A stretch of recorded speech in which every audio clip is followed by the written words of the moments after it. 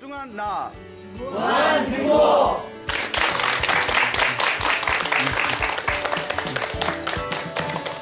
예, 만나서 반갑습니다. 만나서 반갑습니다. 예, 광우 스님이라고 합니다. 예, 오늘은 부처님의 제자 중에서 지혜제일이라고 불리웠던 사리불 존자, 사리불 스님의 이야기를 여러분들에게 들려드리겠습니다. 부처님께서 깨달음을 얻으시고 수많은 중생들을 제도하십니다. 수많은 중생들을 제도하면서 또한 깨달음을 얻으신 위대한, 걸출한 수많은 제자들을 또 키워내십니다. 그 수많은 제자들 중에서 또 가장 특출났던 분들을 10대 제자라고 합니다. 예, 그래서 부처님의 10대 제자다라고 부르는데 다 아시죠? 뭐 다 아시리라 생각됩니다. 예, 워낙 불자라면 기본이니까요. 부처님의 10대 제자들 중에서도 양대 산맥이라고 불리웠던 분들이 계십니다. 부처님의 오른팔, 왼팔이라고 불리웠던 부처님의 상수 제자, 그분이 바로 지혜제일 사리불 존자와 신통제일 목건련 존자이십니다. 예, 그래서 불교에서는 그분들을 상수제자라고 부릅니다. 상수제자는 가장 뛰어난 제자라는 뜻입니다. 예, 그래서 지혜제일 사리불 스님과 신통제일 목건련 스님을 부처님의 상수제자이다라고 우리 불법 문중에서는 그렇게 가르치고 있습니다. 오늘은 이 지혜제일 사리불 스님에 대해서 이제 여러분들에게 이야기를 들려드릴 텐데요. 원래 사리불 스님과 목건련 스님은 어렸을 때부터 한마을에서 지내던 아주 사이가 절친한 중마 고우였다고 합니다. 아주 친하셨대요. 예. 근데 이 친한 사리불과 이 목건련 요 두 분이 나중에 이제 어느 정도 나이가 듭니다. 다 이렇게 나이가 들어서 이제 마을 축제가 벌어집니다. 마을 축제가 벌어져요. 근데 이제 그 마을 축제가 몇 날 며칠 동안 계속 지속이 되더랍니다. 그래서 이제 몇 날 며칠 동안 마을 축제가 벌어지는데 처음에 이제 사리불과 목건련도 이제 그 마을 축제에서 이제 신나게 놀았답니다. 신나게 이제 놀다가 이렇게 몇 날 며칠이 지나니까 이제 사리불과 목건련이 그 마을 축제를 다 바라보면서 문득 이런 생각을 합니다. 서로 저 축제를 즐기고 있는 저 기쁨에 넘치는 저 사람들은 지금은 행복이 가득해 보이지만 100년이 지난 뒤에는 저 사람들은 어떤 모습이겠는가 이런 생각을 합니다. 예? 축제를 즐기고 있는 사람들을 바라보면서 100년이 지난 뒤에 저 사람들은 과연 어떤 모습이겠는가, 이걸 가리켜서 겉정도 팔자다라고 하지 않습니까? 예, 겉정도 팔자다. 예. 자, 그런데 이제 이런 생각을 하면서 아무리 지금 기쁘고 행복하고 축제를 즐기고 있다 하더라도 100년 뒤에는 다 썩어서 흙이 돼서 재가 될 몸이다. 무엇에 집착하는가? 왜 저런 순간의 쾌락에 집착하는가? 아, 이 무상한 것을 놓아버리고 영원한 행복, 영원한 기쁨, 위없는 깨달음, 영원한 해탈을 얻고 싶다라는 마음을 일으킵니다. 서로 그런 생각을 해요. 그 마을 축제를 바라보면서 막 기뻐하고 행복해하고 기뻐하는 사람들을 보면서 100년이 되면 다 썩어 문드러질 몸인데, 예? 근데 문득 이런 생각을 해봐요. 예? 막 요새 우리 뭐 저기 연말에 가요대잔치 같은 거 하잖아요. 네. 가요대잔치 뭐 가요대상 하면 막 아이돌 가수들 나오고 막 애들 막 소리 꽥꽥 지르고 막 그럴 때 거기에 가가지고 탁 마이크 들고 100년 뒤에 니들이 어떻게 될 것 같아? 에? 왜 이런 무상한 것에 집착하느냐? 이런 얘기하면 예, 글쎄요, 그 사람들은 뭐라고 반응할지 모르겠습니다. 예, 그래서 생각해 보는 게 타고날 때 종교심이 뛰어난 사람들이 있는 것 같아요. 그 우리 주변에 보면 유독 자존심이 센 사람들이 있고 또 우리 주변에 보면 또 유독 부정적인 생각이 강한 사람들이 있잖아요. 또 주변을 보면 또 쾌활하고 긍정적인 사람들이 또 그런 에너지를, 밝은 에너지를 가진 사람들도 있고, 근데 또 주변을 보면 종교심이 강한 사람들이 있다. 아마 사리불과 목건련은 종교심이 강한 분들이었나 봐요. 그래서 우리 주변을 보면 종교심이 강한 분들이 이렇게 스님이 돼서 출가한다거나 혹은 이제 뭐 수녀님이 된다거나 신부님이 된다거나 그런 경우를 이제 많이 볼 수가 있겠죠. 그래서 서로 이제 그런 생각을 하다가 이제 친한 친구니까 자기가 생각했던 그 마음을 속을 털어놓습니다. 저 축제를 봐라. 지금은 행복하고 기쁨이 넘치지만 저 사람들이 100년도 못 돼가지고 결국은 땅에 다 묻히고 말지 않겠느냐. 우리가 대체 무엇을 집착하는 거냐. 영원한 행복, 영원한 기쁨, 영원한 해탈을 구해야 되지 않겠느냐 하고 서로 대화를 하는데 서로 생각했던 게 서로 딱 맞아떨어지는 거예요. 의기가 투합한 거예요. 그래서 나온 말이 끼리끼리 만난다. 똑똑하세요. 바로 나오시네요. 끼리끼리 만난다라는 말이 그래서 이제 생기게 된 것 같습니다. 그래서 이 두 친구가 사리불과 목건연이 출가를 하기로 결심을 합니다. 출가를 하자. 출가를 해서 돌을 닦자. 이 일시적인 순간적인 쾌락에 집착하지 말고 영원한 행복을 찾아서 우리가 돌을 닦자. 그 이제 출가를 합니다. 집을 나와요. 집을 나와서 스승을 찾아다닙니다. 스승을 찾아다니다가 그 당시 인도 사회에서 가장 유명한 종교인 중에 하나였던 산자야라는 사람을 만나게 됩니다. 이름이 산자야예요. 산자야. 이 산자야가 궤변론자였다고 합니다. 궤변론자. 말을 기가 막히게 잘했대요. 그래서 사람들이 어떠한 질문을 던져도 이리 피하고 저리 피하면서 애매모호한 대답을 하면서 빠져나가는 것이 주특기였다고 합니다. 그래서 이 산자야의 별명이 뱀장어처럼 빠져나가는 자라고 불렸다고 합니다. 하도 요리 피하고 저리 피하고. 예? 그래서 이 산자야 밑에서 이제 수행을 시작했는데 오랜 시간이 지나지 않아서 단기간 만에 그 산자야 밑에서 모든 지식을 섭렵하게 됩니다. 모든 가르침을 다 습득해요. 근데 사리불과 목건연이 산자야 밑에서 이제 공부를 했는데 배우고 났는데 결국은 말장난뿐이 없는 거예요. 그 가슴이 허한 거예요. 그래서 산자야 스승에게 찾아갑니다. 스승이시여, 이것보다 더 높은 가르침은 없습니까? 예? 이것보다 더 훌륭한 가르침은 없습니까? 저희들은 만족할 수가 없습니다. 그래서 산자야가 솔직하게 이야기합니다. 내가 가르쳐 줄 수 있는 것은 모두 다 가르쳐 주었다. 그러니 나와 함께 이 교단을 이끌자. 나와 함께 우리의 종교를 크게 부흥시키자. 하지만 사리불과 목건연은 진정한 깨달음, 영원한 행복을 위해서 출가하였기 때문에 가슴에 진리에 대한 갈증을 느끼게 됩니다. 아, 우리가 겨우 이런 말장난 때문에 이런 말장난 배우려고 출가한 게 아니잖냐. 분명히 이 세상에는 더 훌륭한 스승이 있을 것이다. 그러니 스승을 찾아다니자. 그래서 이제 둘이 함께 스승을 찾아다녀요. 그래서 어디선가 깨달음을 얻었다라는 스승이 있으면 항상 찾아가서 이제 질문을 던지고 대답을 듣습니다. 그런데 그 어떤 스승을 만나도 마음이 채워지지가 않는 거예요. 예? 아무리 찾아다녀도 그들의 마음을 채워줄 스승을 만나지 못합니다. 사리불과 목건연은 낙담을 합니다. 하지만 이제 희망을 갖기로 합니다. 분명히 이 세상은 넓고 분명히 훌륭한 스승님이 계실 것이다. 그러니 우리 둘 중에 한 명이라도 좋은 스승을 만난다면 잊지 말고 꼭 찾아와서 우리가 그 스승에게 찾아가서 수행을 하자꾸나라고 서로 이제 언약을 합니다. 약속을 해요. 하루는 사리불이 마을 일에 이제 아침 일찍 마을에 이제 시장에 나가게 됩니다. 이제 마을의 시장에 싹 이렇게 이제 나갔는데 저기 어느 이제 머리를 빡빡 깎고 이렇게 가사 승복을 입으신 스님이 다 이렇게 바루를 들고, 스님이 드시는 밥그릇을 바루라고 하죠. 예, 바루를 들고 어떤 분이 동냥그릇이라고 하더라고요. 동냥그릇은 거지 분들한테 하는 얘기고 스님들은 바루라고 합니다. 알겠죠? 예, 이제 바루를 들고 그 바루를 들고 이렇게 이제 탁발을 나가셨어요. 근데 그 모습이 너무나 거룩하고 아름다워 보이더래요. 예? 너무나 그 거룩한 기운, 그 아름다운 에너지에 이제 감동을 합니다. 사리불이 순간 이제 궁금한 생각이 듭니다. 저 거룩하신 스님의 스승은 누굴까? 어떤 가르침을 배우고 있을까? 아니 어떻게 저렇게 보는 것만으로도 그 거룩한 모습이 사람에게 감동을 줄까? 자, 이런 생각이 듭니다.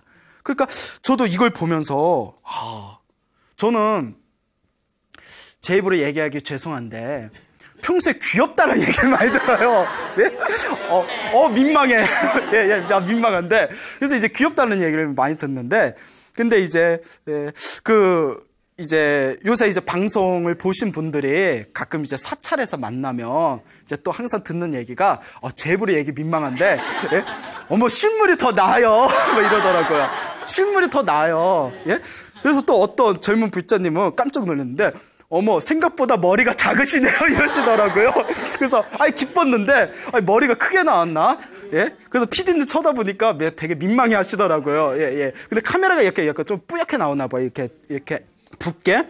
근데 이제 저도 이제 스님이니까 뭔가 사람들한테 다 거룩한 모습을 보여주려고 말도 안 하고 눈도 딱 내리깔고 걸을 때도 다 걷고 신도들이 인사해도 다 합장만 받으니까 그랬던 적이 있었어요. 나중에 소문이 나기를 좀 무섭다라고 소문이 났어요. 스님이 웃지도 않고 바라봐 주지도 않고 예 그래가지고 예 그러니까 참 그 사리불이 그 탁발을 하는 스님을 봤을 때 그 거룩한 감동을 느꼈다는 것을 보면 저도 조금 수행이 부족한 게 아닌가 그런 이제 또 겸손한 그런 발언을 해봅니다. 어때 괜찮았어요? 예. 자 이제 웃자고 한 말이고요. 그러니까 아마 수행력이 몸에서 뿜어져 나오는 스님이셨겠죠? 저 스님은 어쩜 이렇게 보는 것만도 저게 사람에게 감동을 줄까? 그래서 이제 다 따라갑니다. 그리고 이제 그분을 이렇게 다 찾아가서 인사를 올립니다. 스님의 거룩한 모습을 보고 제가 너무나 감동을 받았습니다. 너무나 감동을 받았습니다. 스님의 스승은 누구시고 어떤 가르침을 받으십니까? 라고 질문을 던집니다. 근데 이제 그 스님이 이제 우리 불교 경전에다 나오는 마승이라는 법명을 가지신 스님이세요. 마승 스님. 그래서 우리가 마승 비구라고 부릅니다. 예, 부처님의 초기 제자 중에 한 분이세요. 예. 그러니까 그 마승 스님이 다 질문을 받고 다음과 같이 대답을 합니다. 저의 스승은 석가족의 성자이십니다. 석가족에서 출현하신 성자이십니다라고 대답을 합니다. 그래서 네 글자로 무엇이라고 하죠? 석가모니라고 부릅니다. 자, 석가모니는 원래 샤카무니, 인도 샤카무니에서 나온 단어입니다. 그래서 부처님의 샤카족이었다고 합니다. 샤카족이었다고 하고요. 무니는 성자라는 뜻이 있습니다. 그래서 샤카무니 하면 샤카족에서 나온 성자. 그래서 이 샤카무니가 이제 한문 문화권 중국으로 넘어오면서 석가모니라고 이제 필기가 되었고 우리는 발음하기를 이제 똑같이 석가모니라고 이제 발음을 하고 있습니다. 알겠죠? 그래서 석가족에서 출현하신 성자란 뜻입니다. 알겠습니까? 예. 자, 그래서 이제 저는 석가족에서 출현하신 성자를 스승으로 섬기고 있습니다. 저는 오랫동안 우리 스승 밑에서 공부를 하지 않았기 때문에 많은 걸 가르쳐 드릴 수는 없습니다. 하지만 우리 스승님의 핵심이 되는 가르침은 전해드릴 수 있습니다. 라고 대답을 합니다. 마승 스님의 대답을 듣고 사리불이 이제 너무나 기뻐하는 마음을 일으키면서 핵심이 되는 그 가르침이라도 저에게 전해주십시오. 그것이라도 제가 듣고 싶습니다. 라고 정중하게 법을 청합니다. 그때 마승 스님이 다음과 같이 이제 개송을 설하십니다. 제법종연생, 제법종연멸, 아불대사문, 상작여시설이라고 대답을 합니다. 무슨 뜻인지 다 아시죠? 몰라요. 또 몰라요. 예. 모든 것은 인연 따라 일어나고 모든 것은 인연 따라 사라진다. 우리 부처님께서는 항상 이와 같이 말씀하신다. 모든 것은 무엇 따라 일어나고? 인연 따라 일어나고. 모든 것은 무엇 따라 사라진다? 인연 따라 사라진다. 부처님께서는 항상 이 인연법에 대해서 설하신다. 이게 불교의 핵심법이랍니다. 불교의 핵심인 인연법이에요. 이 인연법만 알면 우리는 우주에서 가장 자유로운 존재가 될 수 있습니다. 이것을 딱 듣는 순간 사리불이 첫 번째 깨달음을 얻게 됩니다. 그 자리에서 첫 번째 깨달음을 얻어요. 사실 별 내용이 아니잖아요. 우리 흔히 쓰는 말이잖아요. 에휴, 다 인연 따라 사는 거야. 이런 말 다 쓰지 않습니까? 자, 여러분 이 개송을 듣자마자 여러분 깨달음을 얻었어요? 못 얻었어요? 못 얻었잖아요. 사리불은 듣자마자 그 자리에서 바로 깨달음을 얻게 돼요. 자, 이걸 가리켜서 전생에서부터 수행을 많이 해서 그렇다고 합니다. 전생에서부터 수행을 많이 하고 공부를 많이 했기 때문에 한 구절 한 개송, 평범해 보이는 하나의 가르침만 듣고서도 전생에 수행했던 공덕의 힘에 의해서 이번 생에 첫 번째 깨달음을 딱 얻게 된 것입니다. 부럽죠? 예. 아, 우리는 언제 깨달을까? 예. 자, 사리불이 그 개송을 듣고 첫 번째 깨달음을 얻으면서 마음에 느끼던 갈증이 싹 사라지면서 가슴속 깊은 곳에서 환희심과 기쁨이 샘솟아 오릅니다. 너무나 기쁜 거예요. 드디어 법을 만났다. 진리를 만났다. 드디어 스승을 만났다. 그 기쁜 마음을 가지고 누구를 찾아갔을까요? 그렇죠. 친구, 목건년을 찾아갑니다. 서로 좋은 스승이 만나면 서로 반드시 알려주자 약속을 했지 않습니까? 네. 자, 목건년을 찾아가요. 목건년을 찾아가서 드디어 스승을 찾았다. 친구요, 드디어 진짜 진정한 진리를 만났다. 그러면서 자기가 마승 스님에게 들었던 그 개송을 다 이렇게 전해줍니다. 예? 모든 게 인연 따라 일어나고 모든 게 인연 따라 사라지네. 우리 부처님께서는 항상 이와 같이 인연에 대해서 말씀하시네. 이 개송을 듣는 순간 목건년도 그 자리에서 첫 번째 깨달음을 얻습니다. 쿵 하고 깨달음을 얻어요. 그래서 나온 말이 끼리끼리 만난다. 알겠죠? 네. 끼리끼리 만나는 거예요. 전생에서 수행을 열심히 했던 사람들끼리 그렇게 만나서 도반을 맺게 된 겁니다. 그래서 그 사람을 알고 싶으면 누구를 봐라? 그렇죠. 어쩜 그렇게 잘하세요. 친구를 보면 그 사람을 알 수가 있다라고 하지 않습니까? 왜냐? 다 자기 인연 따라, 자기 수준 따라 만난다고 합니다. 그 목건년도 너무나 기쁜 마음에 이제 사리불과 함께 출가를 결심합니다. 우리가 그 부처님이라는 석가족에서 출현한 그 성자라는 그 부처님 밑에서 우리가 출가를 해서 진짜 진정한 위 없는 깨달음을 우리가 구하자. 그리고 부처님이 계신 곳을 향합니다. 이 상황을 부처님께서 다 사원에 앉아서 그 모든 상황을 다 꿰뚫어 보셨대요. 그 상황을 다 꿰뚫어 보시고 저 멀리서 사리불과 목건년이 다 오는 것을 바라보면서 옆에 있는 수많은 제자들에게 다음과 같이 말씀하십니다. 보라, 저 둘을, 앞으로 저 둘은 나의 제자들 중에서 가장 훌륭한 상수 제자가 될 것이다 라고 선언을 하십니다.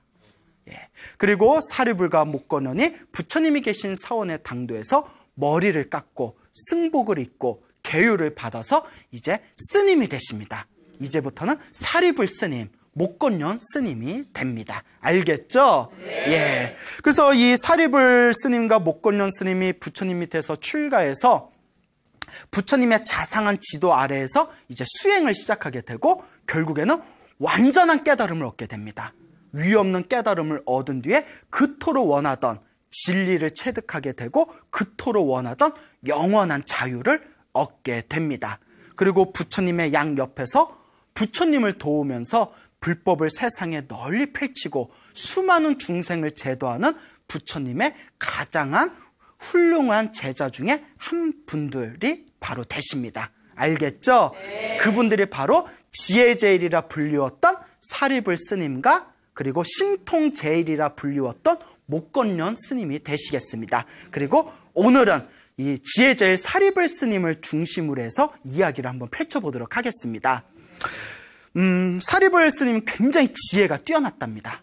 아주 지혜가 뛰어나서 부처님께서 수많은 제자들 앞에서 다음과 같이 선언을 하십니다. 나의 수많은 제자들 중에서 가장 위대한 깨달음, 위대한 지혜를 얻은 제자들 중에 제1은 바로 사리불이다라고 선언을 하십니다. 그래서 이제 부처님께서 이제 항상 이제 설법을 많이 하십니다. 왜냐하면 한 명의 중생이라도 바른 진리의 가르침에 이제 인도하기 위해서 설법을 많이 하셨어요. 근데 이제 나이가 드시니까 이제 조금씩 설법하는데 조금씩 지치시는 거예요. 여러분 말 많이 하면 힘든 거 아시죠? 네. 저도 힘들어요. 여러분, 말 많이 하는 거 힘듭니다. 예? 그래서 예전에 이제 학교 우리 선생님들이 막 이제 학교 수업 하시고 가끔 이제 수업 중간에 농담하시기를, 야, 선생님이 얼마나 힘든 줄 알아? 방학 되면 꼭 보약을 먹어야만 2학기 또 겨우 수업할 수 있다. 뭐 이런 농담을 들었는데, 그때는 에이 막 이랬는데, 그 말씀이 이제 저도 말을 많이 하고 강의를 많이 하고 법문을 많이 하다 보니까 좀 느껴지더라고요. 체력이 옛날 같지 않아요? 예. 체력이 옛날 같지 않아요? 자, 그래서 이제 부처님께서 설법을 하는데 너무 이제 좀 피곤하시니까 사리불에게 수많은 제자들과 불자들 앞에서 사리불이여, 나는 잠시 쉴 테니 나 대신 설법을 하라라고 이제 사리불에게 부탁을 합니다. 그러니까 이제 사리불이 이제 수많은 불제자들 앞에서 이제 법문을 합니다. 다 설법을 해요. 근데 우리 부처님이 이제 눈치 없이 옆에서 이렇게 누워가지고 그걸 다 듣습니다. 예? 얼마나 사리불이 부담스럽겠어요. 예? 설법하는데 부처님이 뒤에서 다 듣고 있으면, 예, 이제 웃자고 한 말이에요. 두 분 사이에 그런 건 없겠죠. 부처님이 다 듣고 나서 사리불의 이제 설법이 끝납니다. 그때 이제 부처님이 다 일어나셔서 마지막 이제 멘트를 날리시죠. 나의 제자들아, 내가 설법을 했어도 사리불과 다르지 않았을 것이다. 대단하죠? 네. 예, 부처님 최고의 극찬이죠. 네. 최고의 깨달음을 얻으신 부처님께서 내가 설법을 한들 사리불과 다르지 않았을 것이다 라는 말씀을 하셨다고 합니다. 사리불은 지혜가 엄청 뛰어나셨대요. 깨달음을 얻으셨기 때문에 마음이 완전히 쉬어서 화를 내질 않으셨대요. 그래서 우리 그걸 인욕이라고 부르거든요. 우리가 흔히 쓰는 인내의 다른 말을 불교에서는 인욕이라고 합니다. 모든 욕된 걸 다 참아낸다는 거예요. 예, 모든 욕된 것을 다 참아낸다. 여러분 화 잘 내요, 안 내요? 잘 내요. 예, 화 많이 내면 안 되는데. 예. 자, 그 사리불 스님은 이제 절대 화를 내지 않으셨대요. 그래서 하루는 이제 사리불 스님이 이렇게 마을로 탁발을 내려가셨을 때 이제 마을 사람들이 야, 사리불 스님이 오실 때가 됐다. 우리 위대하신 스승님이 오실 때가 됐다 하고 사리불 스님이 오시면 공양을 올리려고 막 북적북적거리면서 기다리고 있더래요. 근데 거기에 꼭 심술궂은 사람이 한두 명씩 있잖아요. 네. 예? 꼭 심술궂은 사람 어디 가면 꼭 한 명씩 있어. 그러니까 심술궂은 사람이 아니 사리불 스님 뭐가 그렇게 대단하다고 그렇게 사리불 스님 못 챙겨줘서 난리냐고. 그러니까 마을 사람들이 그런 말씀 하지 마시라고. 우리 사리불 스님은 대단한 게 많지만 그 중에 하나가 절대 화를 내지 않는다고. 그러니까 그 심술궂은 사람이 에이, 사람이 어떻게 화를 안 내냐고. 화 안 내는 사람이 어딨냐고. 여러분 화 많이 나죠 평소에. 예, 중생이라서 그래요. 중생이라서 그래. 그래서 우리 이렇게 마음이 쪼잔한 사람 보면 뭐라 불러요? 아유 중생아라고 부르잖아요. 예, 중생이라서 우리가 화가 많은 거예요. 사람이 어떻게 화를 안 낼 수가 있냐? 예, 우리 있으면 절대 화를 안 낸다. 그래? 그 심술궂은 사람이 내가 사리불 스님의 가식을 내가 벗겨서 사람들 앞에서 내가 보여주리라. 내가 저 사리불 스님의 가면을 벗기리라. 이런 생각을 합니다. 꼭 그런 사람들이 있어. 예, 그렇죠. 저기서 사리불 스님이 다 탁발하기 위해서 마을로 내려오는 것을 발견하게 됩니다. 그래, 내가 한번 시험해봐야지. 그래서 다 등 뒤에 가서 사리불 스님을 냅다 발기질해서 등짝을 후려쳤대요. 뻑 소리가 나게. 얼마나 세게 쳤냐면 경전에 의하면 사리불 스님의 몸이 순간 휘청거렸대요. 스님들, 인도의 스님들이 하루에 한 끼만 드셨어요. 하루에 한 끼만 드시는데 이렇게 얘기가 난 좀 부끄럽다. 제가 좀 밥을 많이 먹어요. 아까도 얘기했지만 말을 많이 하다 보니까 배심이 있어야 돼요. 이해해 줄 수 있죠? 예, 그래요. 또 이해 못하면 어쩔 거예요? 예? 여하튼 하루에 한 끼 드시는 스님, 예? 그 아침에 그 공복에 전날 저녁에 굶고 아침 굶고 그 점심 드시려고 탁발하려고 내려오신 분 등짝을 후려쳤으니 몸이 휘청거렸대요. 몸이 확 휘청거리시더니 사리불 스님이 뒤도 안 쳐다보더래요. 뒤도 안 쳐다보고 그냥 그 옷깃을 다 여민 뒤에 원래 가던 길을 다 가더래요. 그러니까 우리 같으면 그래 화는 안 낸다 하더라도 쳐다는 볼 거 아니에요. 이게 뭔가? 뭐지 하고 쳐다는 봤을 텐데 쳐다도 안 보더래요. 거기에 그 사람이 저건 진짜다. 진짜다. 예? 야, 그 사람의 앞에 딱 가가지고 절을 올립니다. 스님 죄송합니다. 그 사리불 스님이 아니, 무엇 때문에 내 앞에서 절을 하고 용서를 구하십니까?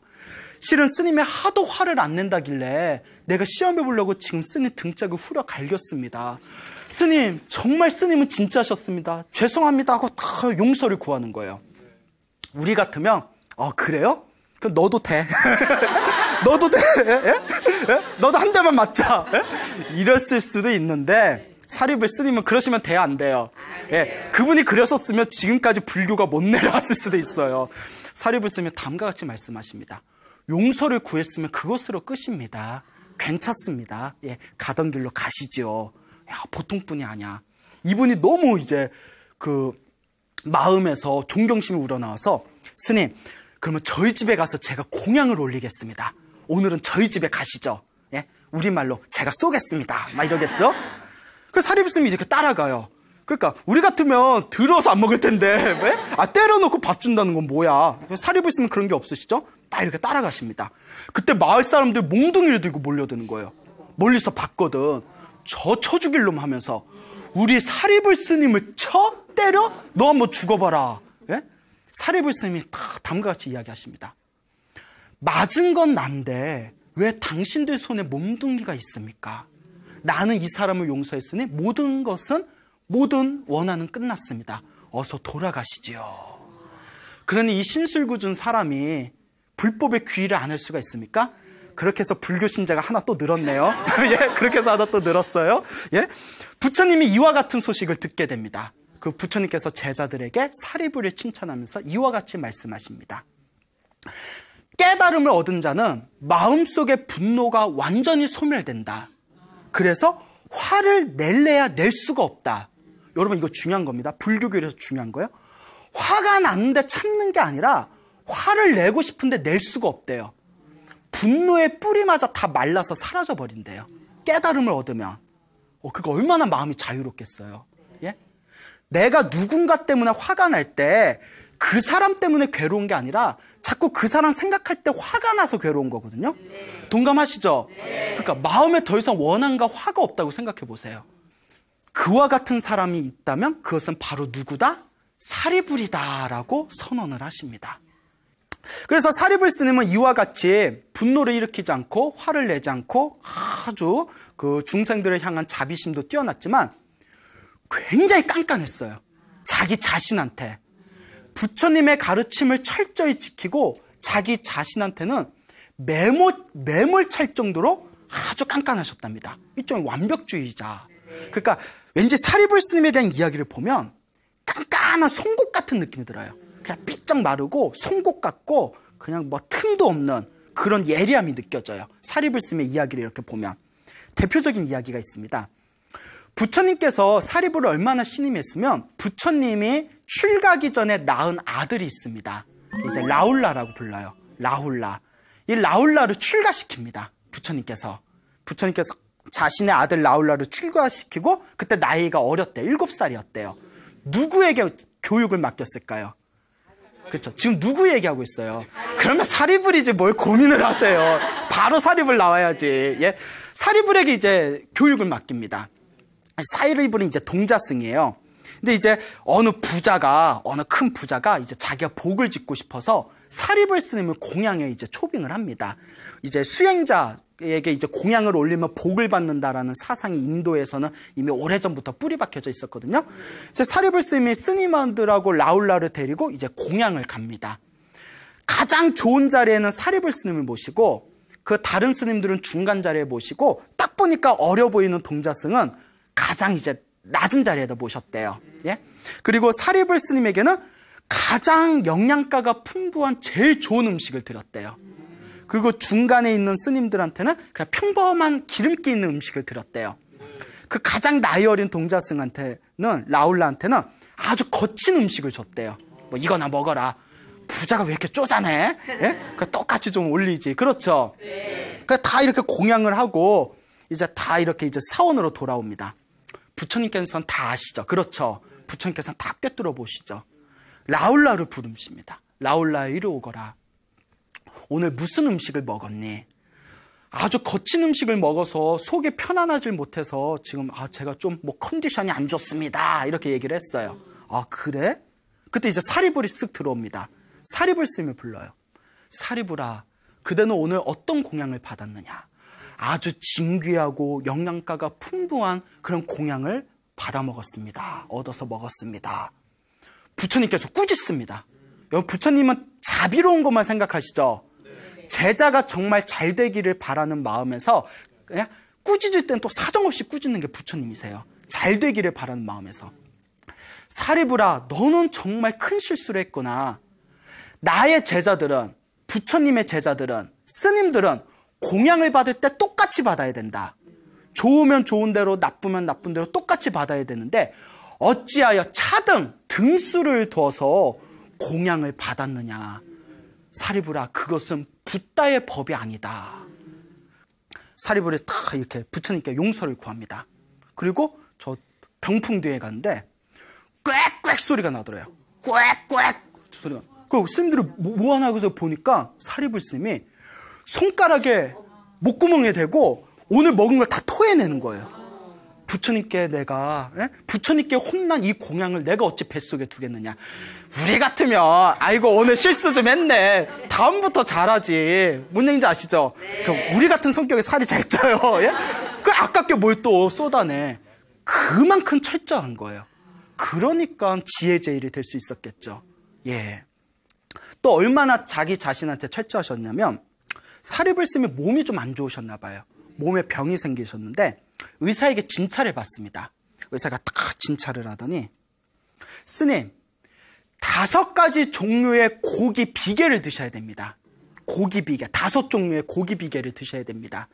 그러면 병이 나을 수 있습니다. 제 처방대로 하시죠 하고 처방전을 써줍니다. 사리불 스님이 안 드시는 거예요. 내가 어떻게 중생의 살을 씹을 수가 있겠냐. 그러니까 병이 더 악화되십니다. 그때 우리 같으면 의사가 먹으라는데 일단 내 몸은 건강을 되찾아야지, 이런 마음이 있을 수 있잖아요. 네. 안 먹고 병이 더 악화되니까 부처님이 탁 찾아가십니다. 이때 아주 유명한 이야기를 하세요. 몸이 건강해야 수행을 할 수 있다. 몸이 건강해야 중생을 제도할 수 있다. 의사가 먹으라고 처방했다면 고기라 하더라도 뭐 해라? 먹어라. 그리고 건강을 되찾아서 더 열심히 수행하고 더 열심히 중생을 제도해야 되지 않겠느냐. 부처님은 합리주의자예요. 이런 얘기 엄청 많이 나와요. 우리 같으면 부처님이 이런 걸 허락하셨을까 싶은 것도 그 전후의 사정을 보시고 합리적으로, 이치적으로 풀어낸 이야기가 엄청 많습니다.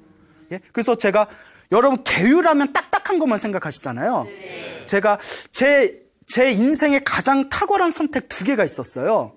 하나는 출가한 거. 제 인생에 가장 탁월한 선택 중에 2가지 중에 하나가 출가한 거고, 하나는 제가 저 송광사 유런에 들어가서 계율을 공부한 거.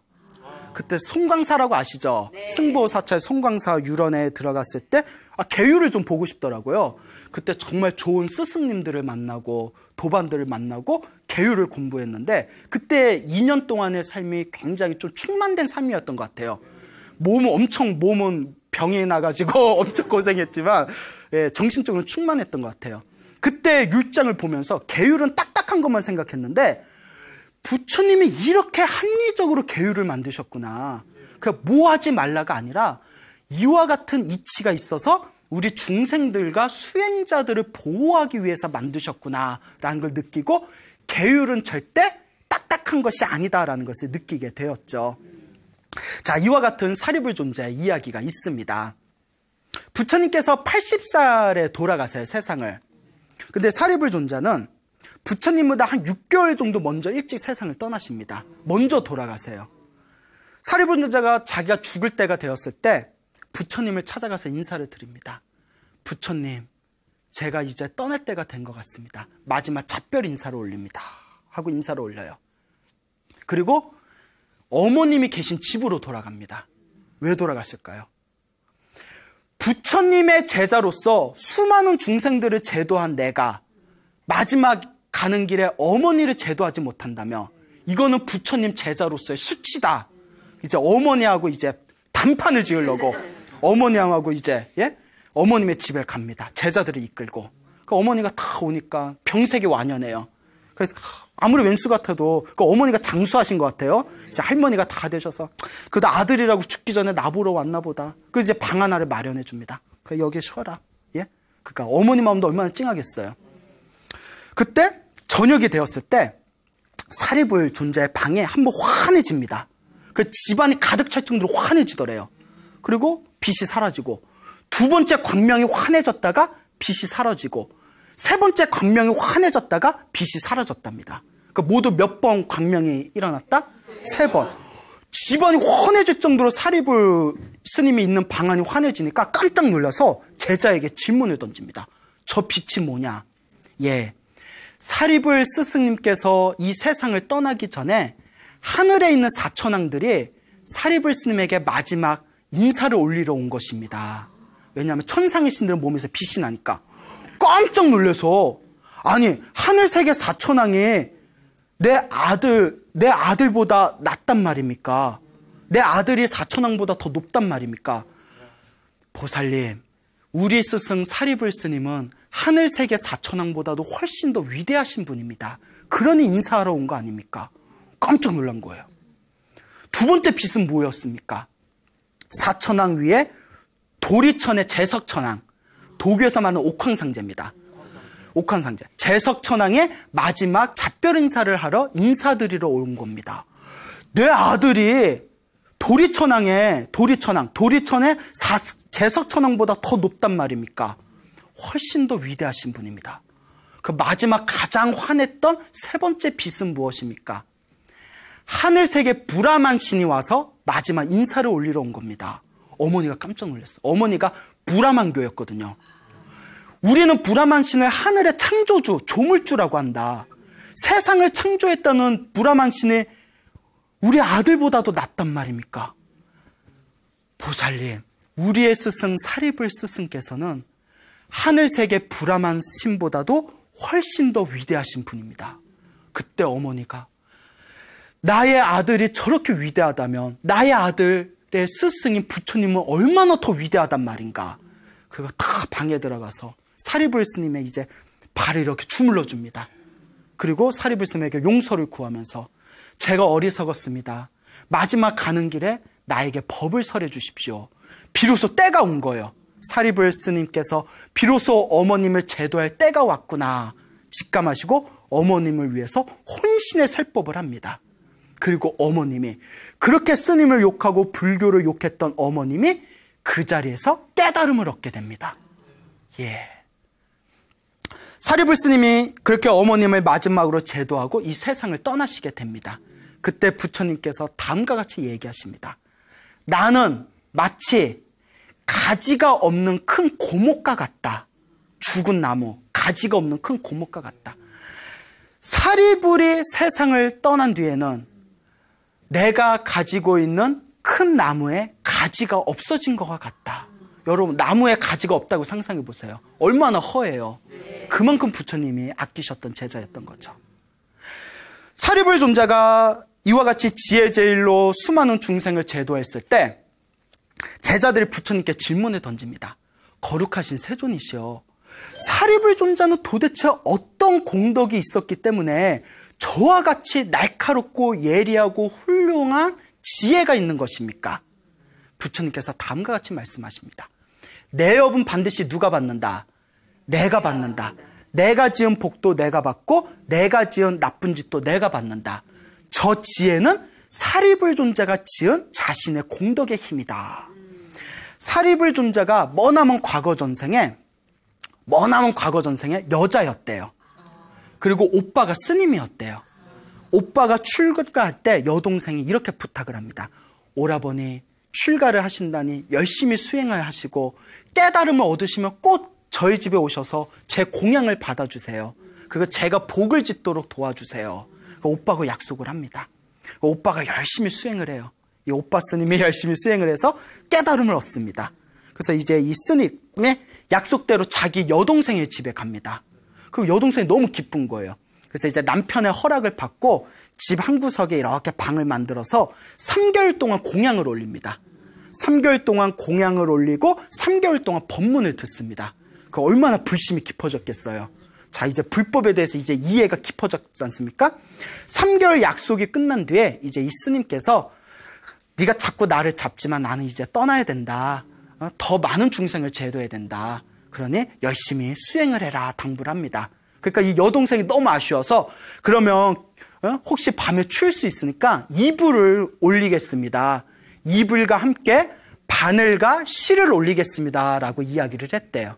그래서 바늘과 실과 이불을 이제 공양을 올리는데 이제 그 스님께서 이제 바늘과 실과 그리고 칼을 공양을 올립니다. 칼을 시험하기 위해서 칼을 이렇게 이제 잘라봤대요. 너무 날카롭고 예리한 거예요. 칼이 날카롭고 예리하니까 그때 그 여동생이 느끼는 바가 있어서 무릎을 꿇고 합장하고 다음과 같이 발언합니다. 다음 생에 제가 다시 태어난다면 이 공덕의 힘으로 저 칼과 같이 날카롭고 예리한 지혜를 갖게 해주십시오 라고 원력을 세웁니다. 그리고 또 그 스님이 바늘이 얼만큼 날카로운가 확인하기 위해서 이렇게 시험 삼아서 옷을 꿰맸답니다. 그가 그 바늘의 날카로움의 천을 아무런 걸림없이 꿰뚫는 걸 보고 또 마음에 확 올라오는 게 있어서 여동생이 무릎 꿇고 합장하고 다음과 같은 서원을 세웁니다. 제가 다시 사람으로 태어난다면 제가 지은 공덕의 힘으로 저 바늘과 같이 아무런 막힘없고 걸림없는 무엇을 얻게 해주십시오? 지혜를 얻게 해주십시오. 이와 같이 칼과 바늘에 바라보면서 스스로 일으켰던 강력한 원력의 힘에 의해서 이번 생에 칼과 같이 날카롭고 예리하고 바늘과 같이 막힘없고 걸림없는 지혜제일이 될 수 있었던 것이다. 이 모든 게 누가 지은 공덕이다? 사리불이 스스로 지은 공덕의 힘이다라고 설법을 하십니다. 여러분, 바늘 하나, 칼 하나 보시하고 발언을 한 그 공덕의 힘으로도 지혜제일이 될 수가 있습니다. 사리불도 머나먼 전생에는 여러분하고 똑같았어요. 예? 알겠죠? 하면 뭐 다들 표정이 뭐 아는지 모르는지. 하지만 자기가 공덕을 짓고 이 공덕의 힘으로 나도 미래생에라도 이와 같을지어다. 여러분, 자기가 지은 업은 절대 사라지지 않습니다. 착한 업을 지으면 언젠가 행복한 결과로 오고 나쁜 업을 지으면 언젠가 불행한 결과로 옵니다. 사리불 존자의 바늘 공덕에 대해서 여러분 깊이 한번 사유해 보시기 바랍니다. 그리고 여러분들의 삶을 선업을 많이 짓고 공덕을 많이 짓고 복을 많이 짓고 악업을 소멸하는 삶을 사신다면 이번 생이 아니면 다음 생, 다음 생이 아니면 다다음 생이라도 여러분들이 지은 공덕의 힘을 반드시 여러분들이 성취하게 될 것입니다. 여러분, 행복해지고 싶습니까? 네. 행복한 삶을 창조하고 싶습니까? 네. 복을 지으십시오. 공덕을 지으십시오. 선업을 쌓으십시오. 복과 공덕과 선업의 힘이 여러분들을 진정한 행복의 길로 이끌어 줄 것입니다. 여기서 마치겠습니다. 소중한 나 무한기도